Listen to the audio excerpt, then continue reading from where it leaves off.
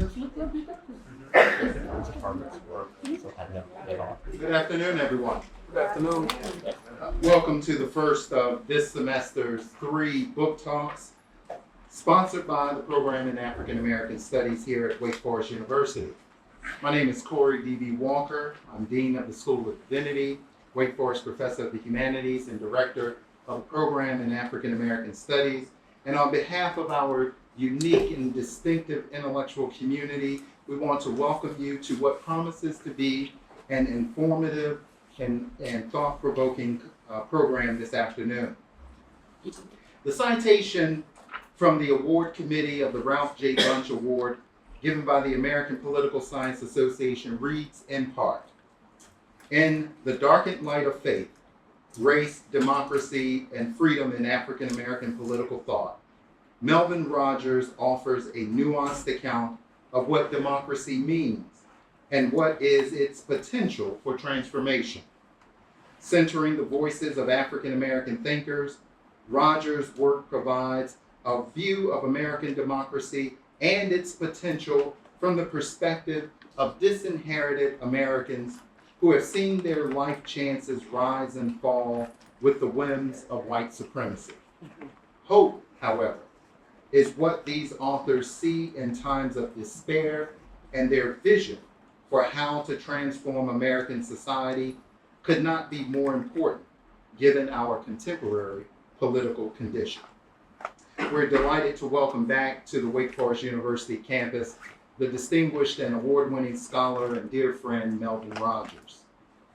Melvin Rogers is the Edna and Richard Salomon Distinguished Professor of Political Science and Associate Director of the Center for Philosophy, Politics, and Economics at Brown University, where he's also a faculty affiliate in a department that I truly love, the Department of Africana Studies at Brown University.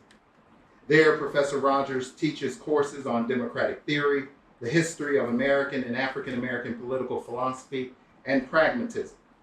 In his teaching and writing, he pays careful attention to the overlapping themes of character, culture, and politics in nurturing a healthy democratic community. He is one of 3 co-directors of the Democracy Project at the PP Center, a project that promotes the study at Brown of democratic values, norms, cultures, institutions, and practices around the world.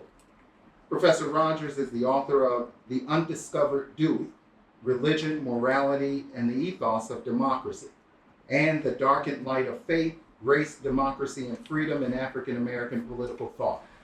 The latter book, The Darkened Light of Faith, has received the 2024 David Easton Award from the Foundations of Political Theory Organized section of the APSA, the 2023 Best Book Award from the American Political Thought Organized section of the APSA, and the Best Book Award from the Best Book on American Political Thought published in 2023 from the American Political Thought section of the APSA. He is also the editor of John Dewey, The Public and Its Problems, co-editor of African American Political Thought, A Collective History, and co-editor of the Oxford New Histories of Philosophy book series. For his scholarship, he was the recipient of the 2023 James W.C. Pennington Award from Heidelberg University. Joining Professor Rogers today in conversation about his book will be Claire B. Crawford, Assistant Professor in the Program of African American Studies and the Department of Politics and International Affairs at Wake Forest University, where Claire teaches and research and teaching focuses on expanding our understanding of democratic engagement and futures through the study of power and freedom in the political lives of Black folks. Joining Claire will be our colleague Daniel Henry, Assistant Teaching Professor in the Program in African American Studies and the Program for Leadership and Character, where his teaching and research focuses on the ways African American intellectuals, artists, and social movements have sought to rethink the practical, moral, and conceptual bases of politics in democracy's axis. Please join me in giving a hand for all of our distinguished guests, Melvin Rogers, Claire Crawford, and Daniel Henry.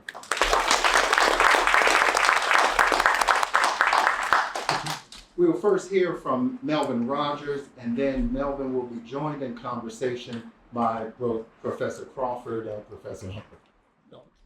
Well, I want to thank you all for coming and joining in the conversation about the book. I want to obviously thank Corey for this extraordinary invitation. I had the pleasure of visiting Wake Forest some years ago and fell in love with this place, this extraordinary university. I want to thank Sarah for helping to facilitate this event, and obviously I want to thank Claire and Daniel for joining me shortly in conversation. And of course, it's usually the case that there are far more people involved in organizing these kinds of things than we know.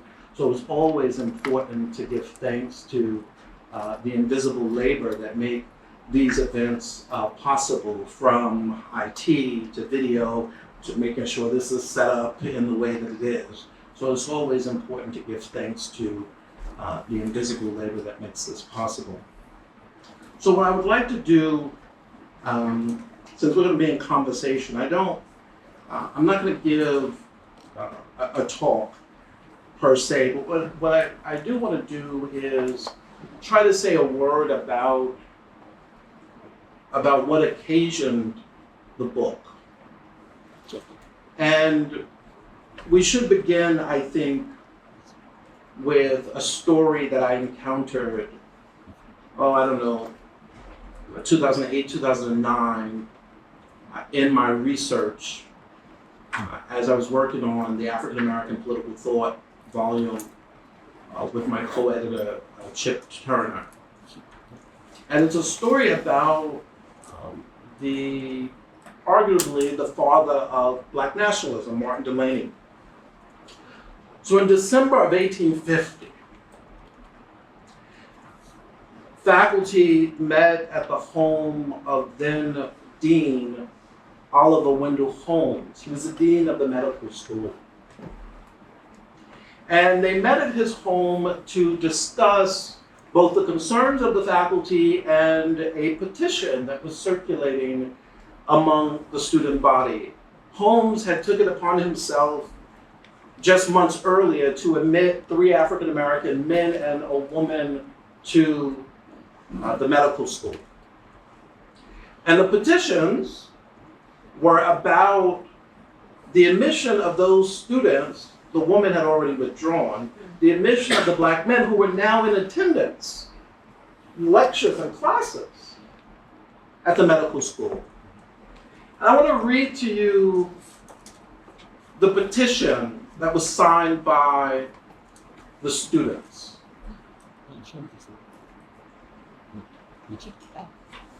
Whereas Blacks have been admitted to the lectures of the medical department of Harvard University, therefore resolved that we deem the admission of Blacks to the medical lectures highly detrimental to the interest and welfare of the institution of which we are members, calculated alike to lower its reputation in this and other parts of the country, to lessen the value of a diploma from it, and to diminish the number of its students, resolved that we cannot consent to be identified as fellow students with Blacks whose company we would not keep in the streets and whose society as associates we would not tolerate in our homes. Martin Delany's admission was rescinded, and he left in 1851, never to return. Imagine for a moment,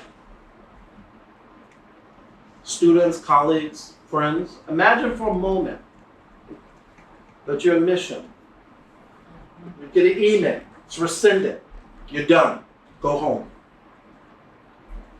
Imagine, colleagues, being part of a department and receiving an email. The department is being shut down. You'll get severance for 8 months. We wish you the best. Just imagine the way we think about the lives that we structure for ourselves are wholly dependent on the institutions through which we move. They make the good life that we imagine for ourselves possible.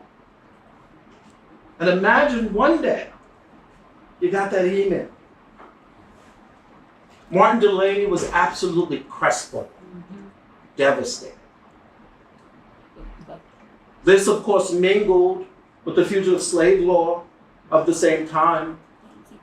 And in his mind, both signal one and the same point, that the lives and the futures of Black folks do not matter.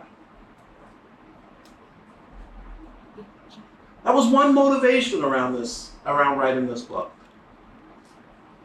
The second motivation was that during the same time, 2008, 2009, as I was teaching and sort of thinking about the next book, and here now I'm reflecting on the sort of academic and intellectual environment in which I was standing as a political theorist, as a political scientist. There were so many reflections on the theories of justice, so many reflections in circulation by very prominent and otherwise thoughtful scholars on oppression and domination. But there was nowhere to be found in those texts voices who seemed to be uniquely positioned to offer up some thoughts on the persistence of injustice or the persistence of domination. It boggled my mind that around this time there was ongoing intellectual development around a political philosophical tradition known as republicanism, not the party, the tradition of it. A tradition that centers freedom, but not freedom as non-interference. Freedom understood as standing against domination, by which this tradition means living at the arbitrary sway of another. To be dominated is not to know when power will enter in and destroy your life. In such a condition, where you live at the arbitrary mercy of another, you are in a state of domination. And as this tradition was enjoying renewed interest in political theoretical circles and in philosophical circles, nowhere to be found were African American thinkers. That's not to say anything about women and indigenous populations. They were not to be found either. And I thought to myself, well, there's something African Americans have to say about this, about conditions of domination. And so that was another thing that occasioned the book. But both of those really were motivated by very different, or informed by a very different desire, which is just simply this. And it was quite selfish. I wanted to write a book that I wanted to read. But to put it differently, I wanted to write a book about these thinkers that I had been teaching and thinking about, a book that I wanted to read. And so I set about the task of doing it. And at the heart of the book, the primary question that drives it is, what is the political philosophical thinking of African American intellectuals, activists, writers? What is the political philosophical thinking of these figures that lived under the thumb of the American Republic? How do we make sense of their constant appeals to a polity that disregarded them and denied their standing? How must they have understood or thought about democracy so as to make sense, even if only to themselves, their appeals to the nation? And across the book, part of what I say is that to get a handle on this, across the variety of thinkers that I take up, the extraordinary abolitionist David Walker in the late 1820s, all the way down to James Baldwin into the 60s and 70s.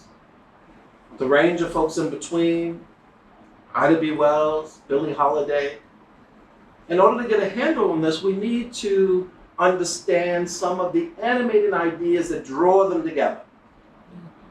And one of the central ideas is the idea of the people. This is language that we often see in our political documents and political speeches. How did this concept work for these individuals? Well, in one sense, the people is just simply a descriptive claim. Those who enjoy rights and privileges of the Constitution, they equal the people. But for African American thinkers, the people also function as an aspirational claim, as in a people not yet, a people that may yet be. And from their perspective, it is this aspirational description, a people not yet, a people that may yet be, that legitimizes the work of democracy itself. But to put it differently, if democratic politics doesn't function in a way that leaves itself open to transformation, it pretty much is already dead. And what African American thinkers argued is that this aspirational view of the people is fundamental to the legitimating logic of democracy. And by legitimating logic here, I mean what makes it worthy of respect and obedience. And these African American thinkers were not unique in this regard. This was the argument of the American revolutionaries. They were not introducing new concepts that were not already there, even if they were putting them to very important use, that if realized would transform the American Republic. Okay, but how do you get the people, the descriptive people, to embrace an aspiration of themselves?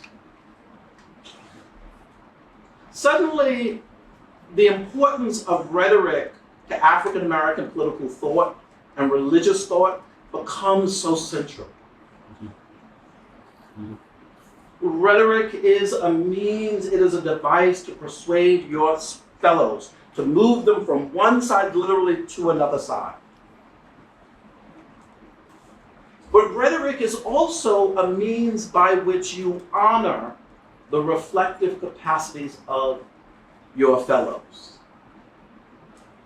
And when I say honor the reflective capacities of your fellows, what I mean is that ultimately you make your appeal and you want your interlocutors to take it in, chew on it, think about it, and decide to be transformed in the light of it.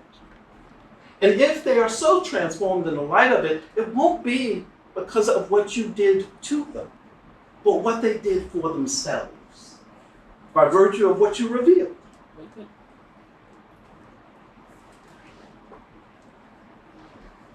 This idea of rhetoric as being central to moving the people, the descriptive people, to aspirational views of, to an aspirational view of themselves, only makes sense if you think that those to whom you are speaking are not yet settled.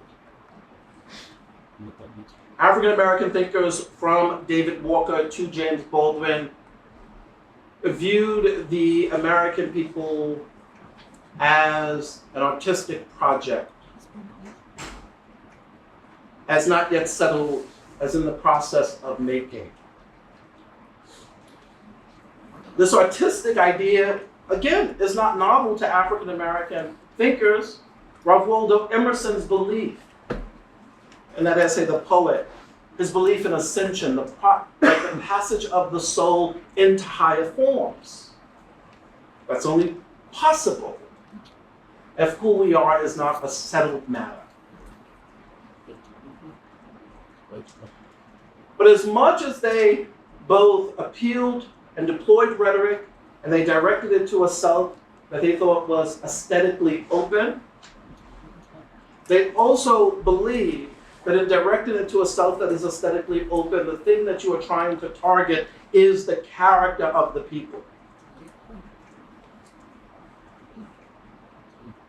It is not that they stood against democratic institutionalism. We need only have a general knowledge of African American history to know that institutions and institutional transformation mattered a great deal. Legal transformation mattered a great deal. But for them, ultimately, what would stabilize said transformations? They believed that what would stabilize it could only be found in us. And so they put on the table a question that was not novel in American political thought, but they centered a question: who do we take ourselves to be in the lives that we live and in the practices in which we participate vis-a-vis African Americans?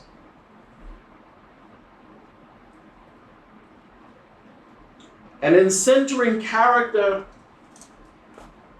they were concerned about habits and sensibilities that will make us responsive to the claims of our fellows, even when the law is silent.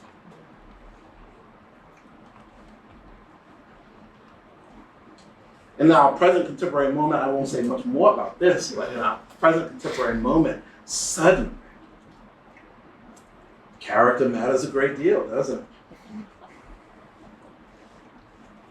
Our institutions do not run on their own inertia.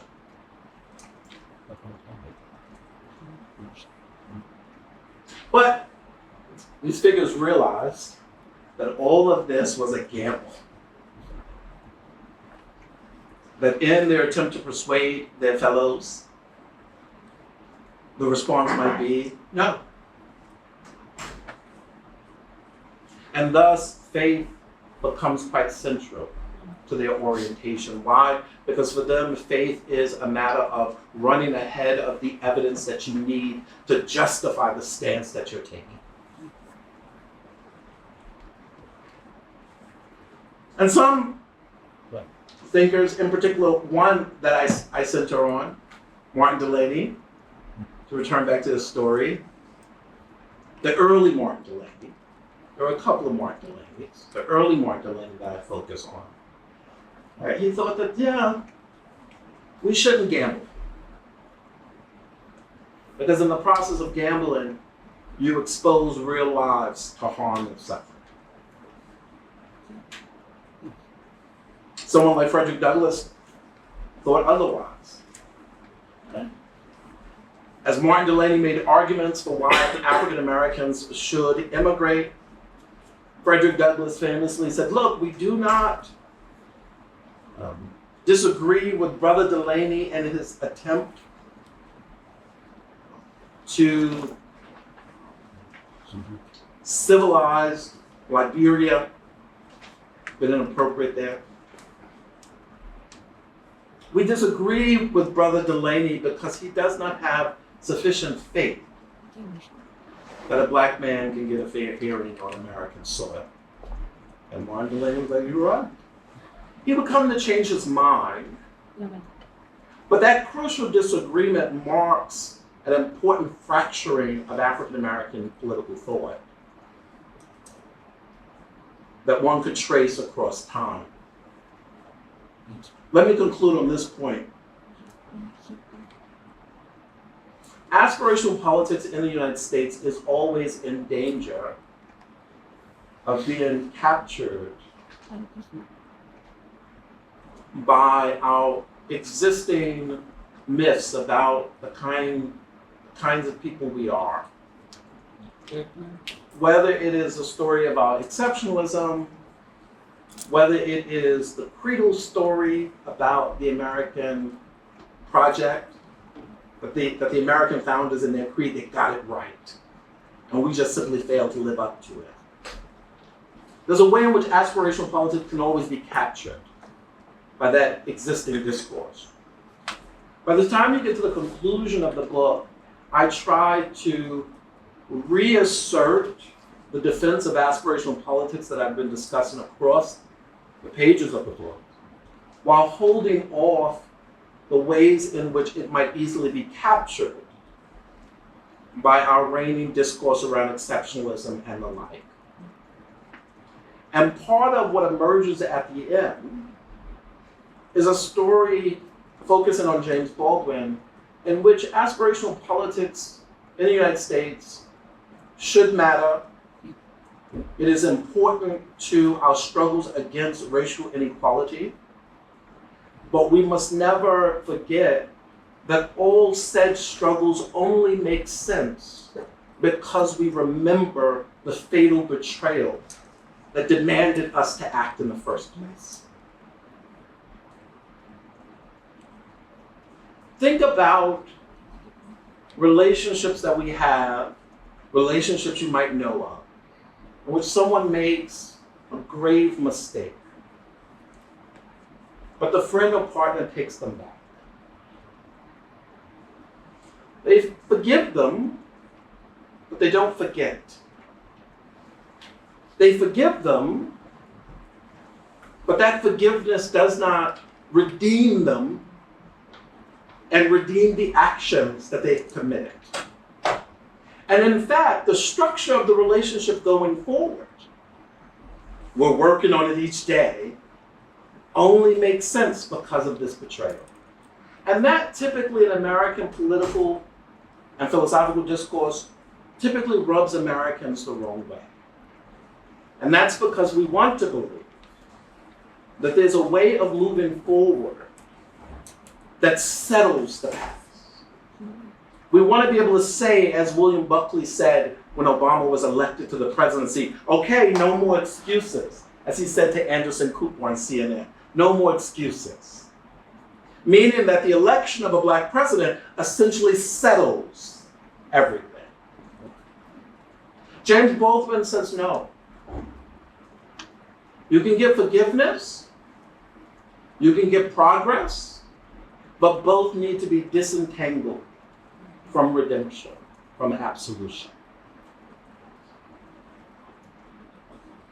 One of the things that's driving President Trump's ire against DEI, it's not just simply white supremacy, right? Seeing too many black and brown folks in positions of power. It's not merely seeing ambiguously looking babies in the streets of America. It is this sense, why do we keep being blamed for this thing that we've settled? It's an inability to both get on about the business of living together, knowing that the relationship is scarred. And if the relationship is scarred, Baldwin says, there's an advantage here. Yes, it will mean that black Americans should look sideways on their white counterparts. And yes, it means that white Americans should look suspiciously on their own anti-racist activities. But Baldwin insisted that that suspicion actually can be generative of growth. Why? Because in looking suspiciously, one is constantly trying to think about the skills, the habits that will remain or that will keep you mindful of the ongoing persistence of racial inequality.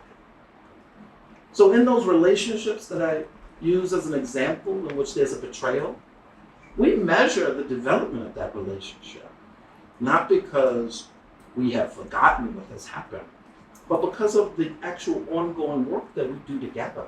That becomes a measure of the worth of our relationship and of the quality of the commitment of the partners.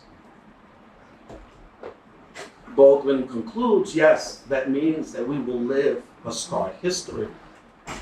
But Baldwin insisted that that scarred history, the way in which it has been darkened by our betrayals, may contain its own luminosity. It may contain its own light. Thank you.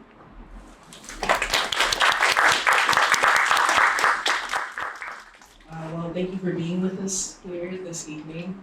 It's an important conversation, and Dan and I really sat down and thought about it in community, like what we would ask and where we would start, and also just in line with our work, but then also this future of like what should Black political thought and particularly Black political thinkers be asking, given both historical context, but also current and contemporary as well.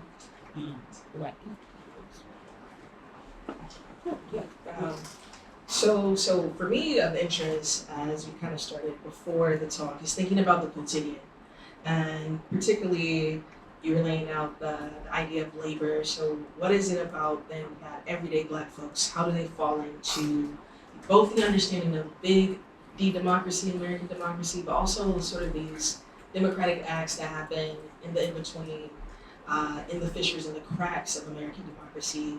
And I brought up also that in the beginning of African American Political Thought, you and Dr. Turner also posed this question that some parts of American political thought really engage with this question of what happens at the end. And so how does the quotidian fall into faith when you're thinking of it? But then also I think something else that you're pushing at is this aspiration, and I think the future making and the world making that possibly happens in spite of, right, as we thinking of like frameworks of what does the everyday Black person think of citizenship? How do they understand the interaction with democracy? And so this really core concept for me and my work is thinking through quotidian life, and particularly how like faith shows up. So thank you for the question. For both of them. So let me first say a word about the quotidian, the sense of ordinary life that we all live. Right? We got to get up, we got to get ourselves together, we got to get on out, we got to find a way. On one reading of the book, I basically treat these thinkers in the idiom of what I will call high philosophy. And I say that because I just want to be sort of candid about my orientation toward these thinkers.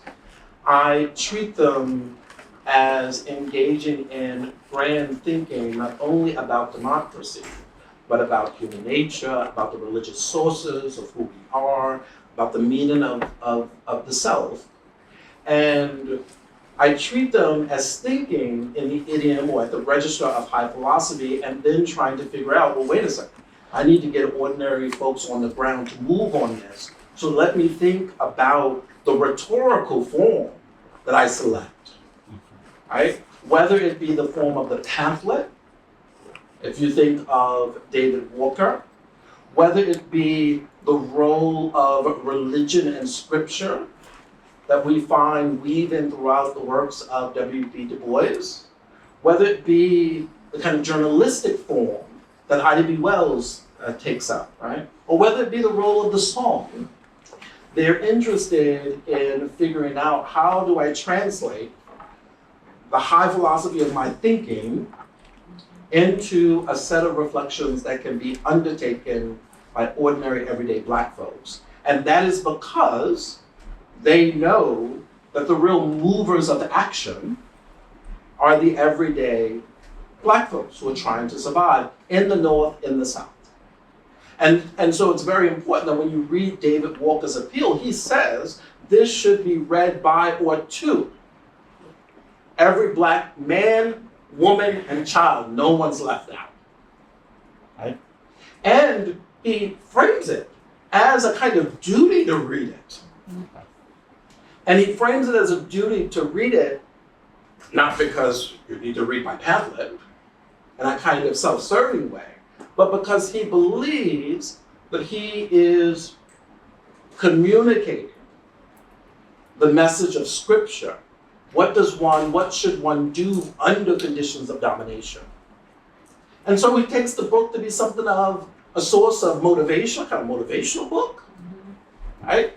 And something of a guide, right? There are instances in which you ought to physically resist. So that's all to say, there's no way for these thinkers to get on about the business of what they're thinking and how they hope it will be actualized, independent of their concern, right, with the lives of folks on the ground, right? And there's moments where it shows up in the text. Mariah Stewart in her speeches in the 1830s where she's feeling some kind of way about women, black women, taking too much comfort, in her estimation, in practices of domesticity. And Stewart gets on her sort of character attack. And then she catches herself. And she says, listen, I do not mean to demean any labor that provides a means for you to satisfy yourself. I only mean to say, I'm not quoting her directly, I only mean to say that we must not take too much comfort in practices of employment that are only determined by our white counterparts for us.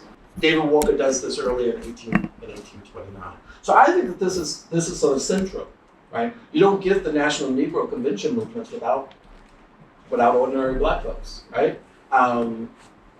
You don't get the civil rights movement without the rank and file.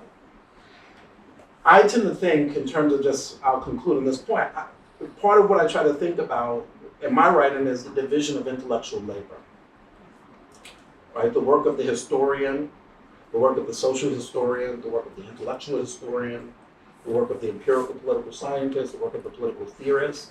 And so I tend to think, given my skill set, right, I sort of focus on the sort of grand intellectuals. If they don't work alone, I'm going to direct you to the text, right? But those who sort of work through the social history that underwrites this. So I really spent time on that first question. Is that Yeah. So I want to echo Claire's appreciation for your presentation and for this book that does and we'll continue to set the agenda on a range of conversations. I want to give you a chance to expand on, I think, a really compelling part of your book, a distinction you make between hope and faith. So you say a central question here, and I'm quoting, is what is it about democracy that justifies our faith, especially African Americans' faith in it? And we're used to talking about debates as to the reasons for hope or pessimism in the future of multiracial democracy, but you use faith and you develop it in conversation, especially with Anna Julia Cooper. And so I was wondering if you could expand a little bit more for us on that distinction and what meaning it might have for people in the present moment as well.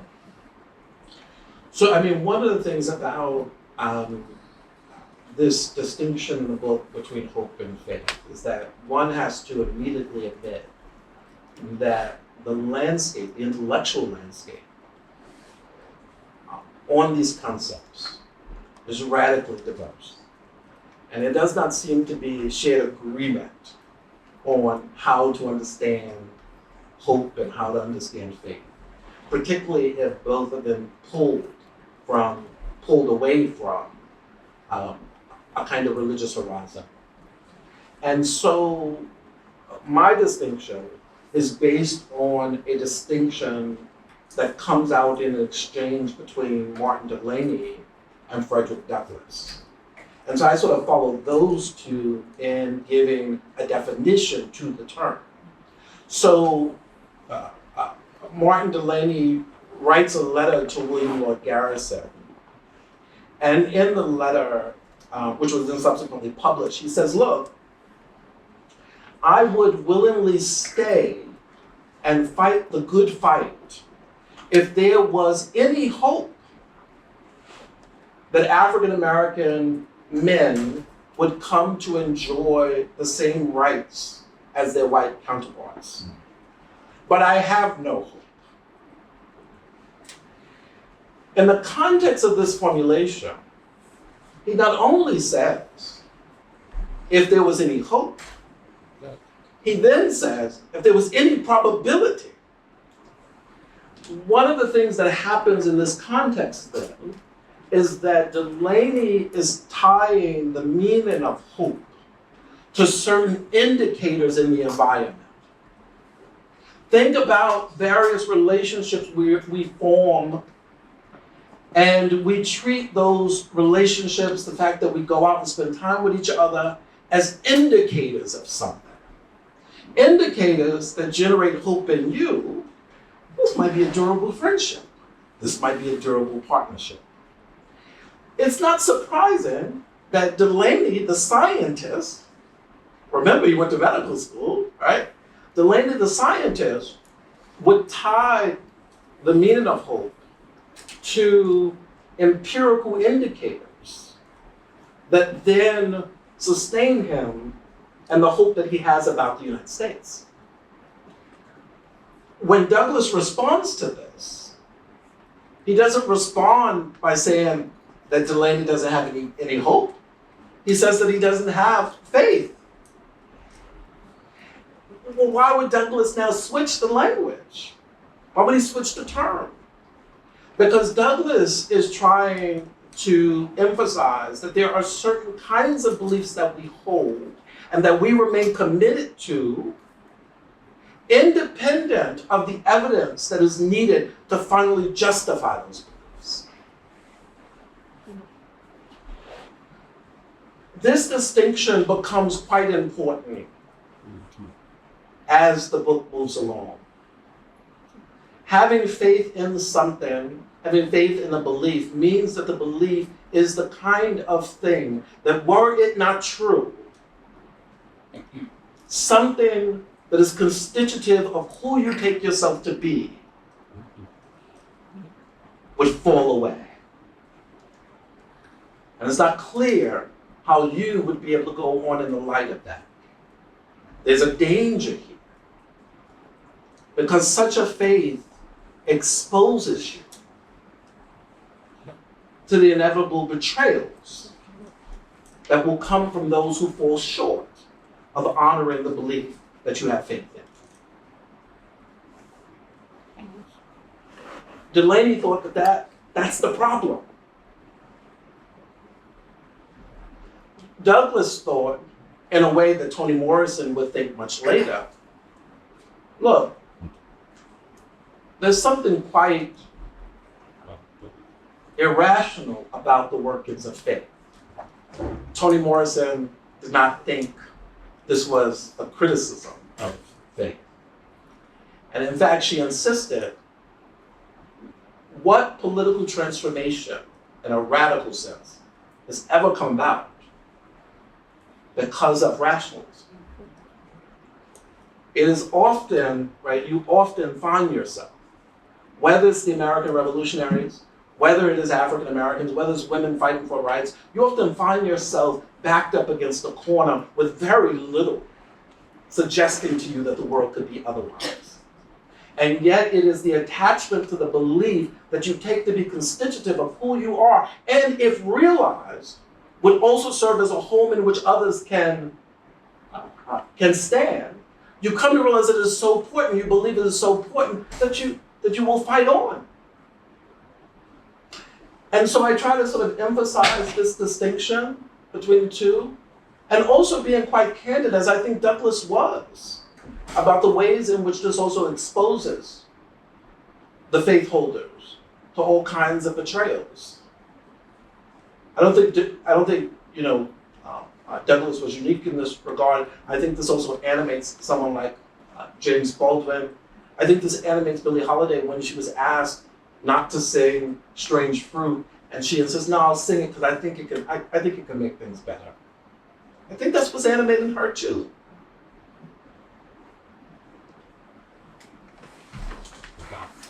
Just listening to you talk, the question that also comes up, and it comes up in the work as well, is this idea of futurity as well.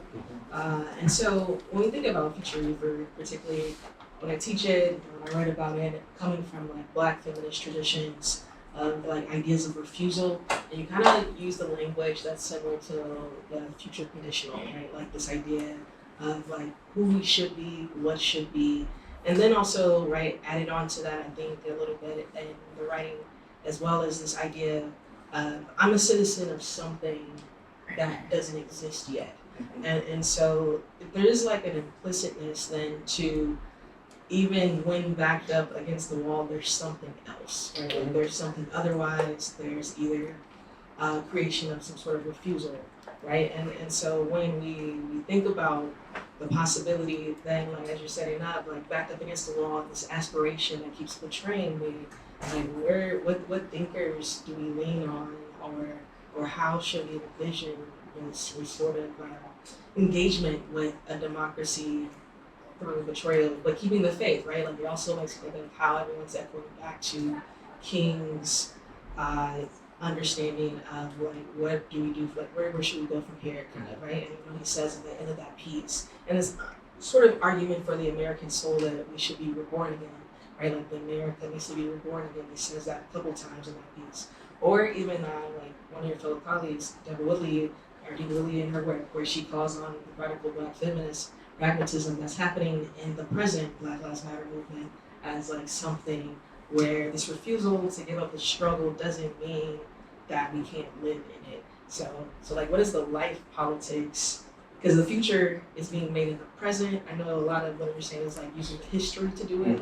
And so if the future is part of the present, particularly in that language of like, what should we be, like what is the politics of the day to day for folks who are engaging with thinkers, like where should they read, who should they turn to maintain this faith practice, right? Like, and we go to very much like the very Black Christian way, right? Faith without works is dead kind of approach. Like where is that life happening in the work for us to live in a world where I say every day I wake up to be a part of the world I want to be a part of. I can't act in ways to live in it. I mean, so one of the things I would say to this question, as you know, at this present moment, we live in unsettled and unsettling times. And we all, I don't know people's political commitments, but I think you can infer mine. We have to sort of figure out those things that will stabilize us and fortify us against the onslaught. In the tradition of African American struggle, one of the things that's important about all of these thinkers is that they belong to movements and organizations. So that in other words, and this is what the historians are often great at in laying out these stories of organization and community, we don't bear the weight of the struggle alone, right? So this is the relational communal dimension on which one relies to fortify one. There is the ideational dimension, which is how you began, which is the vision, the belief that you're holding, and that belief itself also serves to orient you in time and space, right? And it is not dissimilar from goals that you set for yourself. It might be dissimilar in terms of the grandness of it, but each one of us has set goals for ourselves that are not yet realized and that orients us in time and space and requires us then to acquire a set of habits and sensibilities, discipline, that can allow us to realize it. The same applies to political struggle. So there's the ideational dimension of it. And then there are the chroniclers, the scribes, the philosophers, who help draw out textually, rhetorically, a configuration of the vision. Well, how does it really look, right? And these figures serve as one way to read these figures.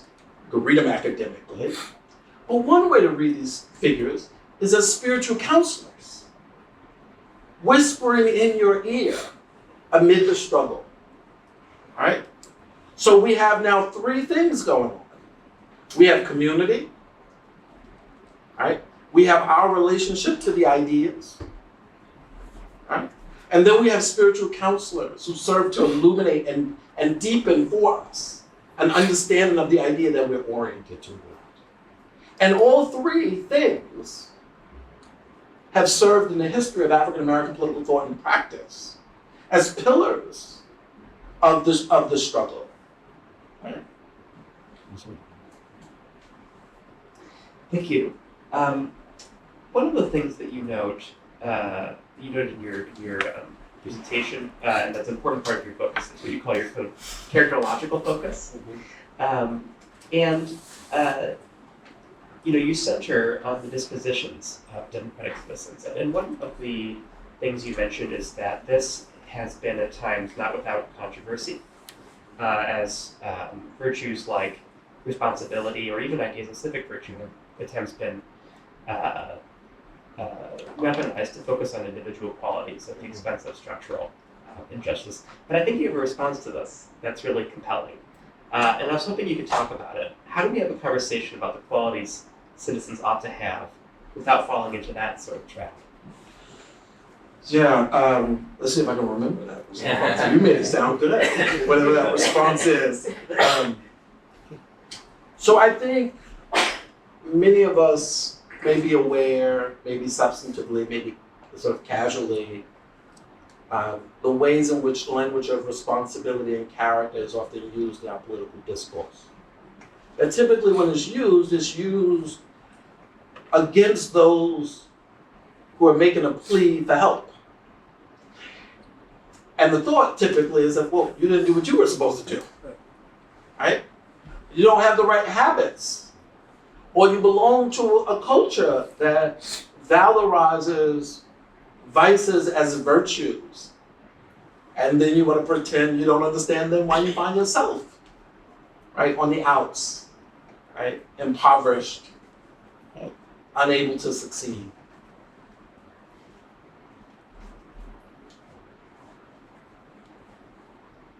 That mode of talking about character, responsibility, of talking about virtues, excellences of character, it's not novel to the American tradition, particularly vis-a-vis the enslaved. But running alongside of that was also a competitive or competing way of talking about these things, right? There's no way, just think about it, there's no way to read King, Martin Luther King, Jr., right, who makes an appearance in the book, but he doesn't get a chapter. But there's no way to read Martin Luther King Jr. and not see that he's attacking the poverty of American character and as it displays itself in white Americans. There's no way to read Malcolm X, who doesn't make an appearance in the book, and not see the ways in which he's doing the same, except he adds, the early Malcolm X, he adds the additional claim that it's unlikely these folks will be transformed at all, right? Which sends us back to the early Martin Delany. There's no way to read African American thinkers and not see that they're constantly concerned about the character of their white counterparts. But they're concerned about the ways in which the objective or institutional conditions in which white Americans exist essentially transforms the vices of white supremacy into virtues. Okay? My argument in the book is that, look, yes, character can be co-opted in negative ways, yes. But that doesn't adhere in the concept of character itself. It's a function of how it is deployed. And there's no way for us to think that the institutions that we do want to focus on and the ways in which they promote institutional racism and the like, there's no way to think that we will be able to respond to that and sustain a positive response independent of a kind of orientation on the part of the citizenry. In other words, we have to be the kinds of people who want to sustain such a transformed society. And of course, this invites a comparison to our contemporary moment in a couple of ways. The first has to do with the former Vice President, Kamala Harris. Where is she? I'll come back to that in a moment. Where is she? The second has to do with the character of the president's administration. He figured out from the first go-round, oh, I can't just simply say I want X and I get it. I need to have people who are actually going to be loyal to me wanting to realize X. And to do that bidding independent of any constitutional charge. So let's go back to the vice president. She told us during the campaign, she was right to tell us, that we faced an existential threat. During the Democratic convention, she said there are few moments in the life of a country, fleeting moments, where they have to make a critical decision. And the claim was that this is that moment. Well, if the president, now president, if Donald Trump was an existential threat then he's now an existential threat even more so because of the power that accrues to him. And where are you, Vice President? Either you did not hold the utterances that you were saying as commitments of who you are, or I don't know what the other side of it is. Because the absence just feels like, well, maybe you don't think that it was an existential threat. By proceeding after the fact with a lack of intensity that defined the campaign, you actually harm the claim that was being made during it.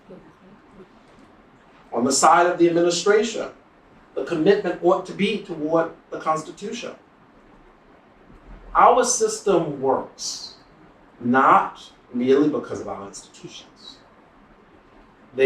Our institutions work because people decide to hold a commitment to them. And if they decide that they will not hold the commitment, the whole thing crumbles. Imagine me teaching here. My responsibility is to teach and to assess your papers. And I'm being unfair across the board. You make an appeal to the dean.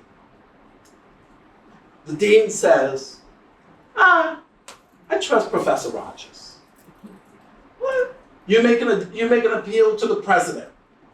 Well, given his work, there's no reason to believe. He writes on character. There's no reason to believe he would comport himself this way. No, I think there's no reason to do an investigation. We can keep going. We can keep going through the chain of characterological custody. And if people just simply decide they're not going to honor the commitment, then the sense of fairness falls away. That's where we are politically. And it's precisely why these thinkers emphasize the importance of character. Because they knew that when the law seemed shaky, when the law was silent, you need people to hold the commitment as if it is constitutive of who they take themselves to be. And that were that commitment thrown into doubt, something about themselves would be thrown into doubt. We haven't followed their course. They weren't the only ones arguing it, but we haven't followed their course. And in not following their course, we find ourselves where we are today. Yeah, there's some other neoliberalism and all that. We can go down that route, but I guarantee you, for each one argument we want to advance, it's going to come back to a story about character. Thank you. Melvin, Claire, and Dan, we want to thank you all for this conversation. Beautiful thing is that this conversation does not have to stop now. We have a book signing right outside of this room where Professor Rogers will be available to sign copies of his book with our colleagues at the book house right down in Renola Village. And we also have a wonderful reception so that the conversation can continue. So we want to make sure that you have ample time to have a conversation with one another and with our panelists. And what I also want to do is to welcome you to our 2 additional book talks that will occur this semester. On March 26th at 4 p.m. in Pew Auditorium in the Benson Center, we will welcome the New York Times best-selling author and professor of African American Studies at Clark Atlanta University and scholar activist in residence at the Center for Social Justice at North Carolina A&T State University, Dr. Daniel Black, who will be with us at 4 p.m. that day. He'll be in conversation with myself And then on April 10th at 5 p.m., right here in ZSR Auditorium, we'll welcome Professor Terry Pickens, who is the Charles A. Dana Professor of English and Africana at Bates College, and she will be in conversation with Professor Shanna Benjamin here at Wake Forest. So that's on April 10th, and our next one on May 26th. So please join us for those two events. Join us for the book signing and reception after this, and we look forward to continuing the conversation. Thank you and good afternoon.